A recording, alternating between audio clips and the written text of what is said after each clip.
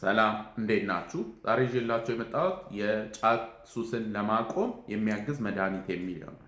ጫት እንግዲህ ስቲሙላንት ወይም አነቃቂ ከሚባሉ ሱስ አስያዥ ንጥረ ቅመሞች ውስጥ ነው የሚመደበው እና ስቲሙላንት የምንላቸው ውስጥ ያሉት ኮኬን እና አምፊታሚንስ ናቸው።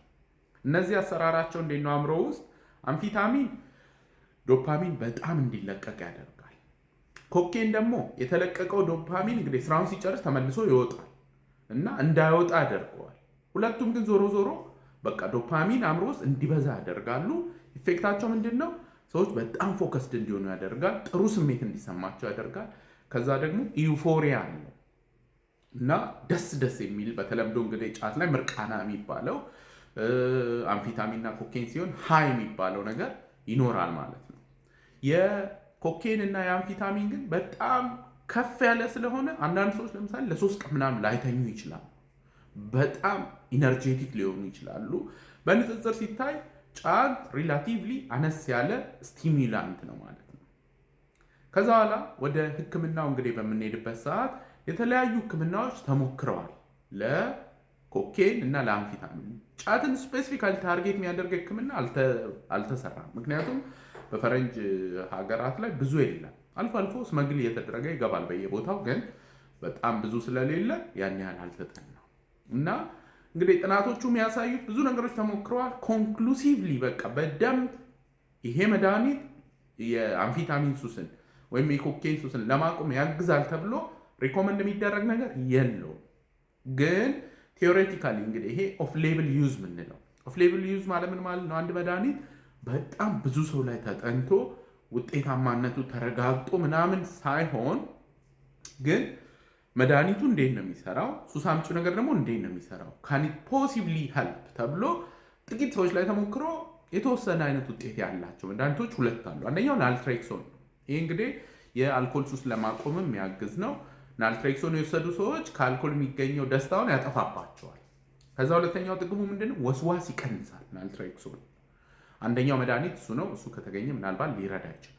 ሁለተኛው ደግሞ ቡፕሮፒዮን የሚባለው አንታይዲፕሬሳንት ሜዲኬሽን ለድብርት የሚሰጥ መድኃኒት ነው።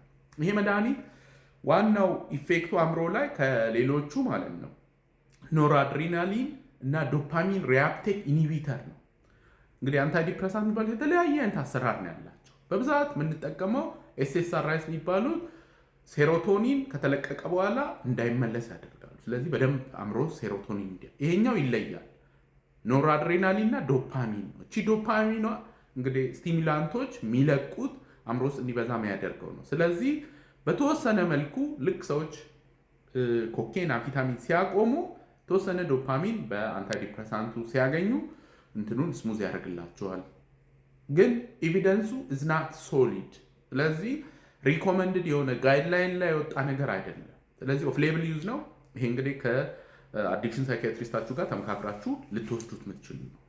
በዋናነት ግን ጫት በጣም ስትሮንግ የሆነ አዲክሽን አይደለም፣ ፊዚዮሎጂክ አዲክሽን አይደለም። ለምሳሌ አንድ ሰው ጫት ልክ ሲያቆም ድካም ይሰማዋል፣ ከባድ ድካም። ከዛ በጣም ይደብረዋል።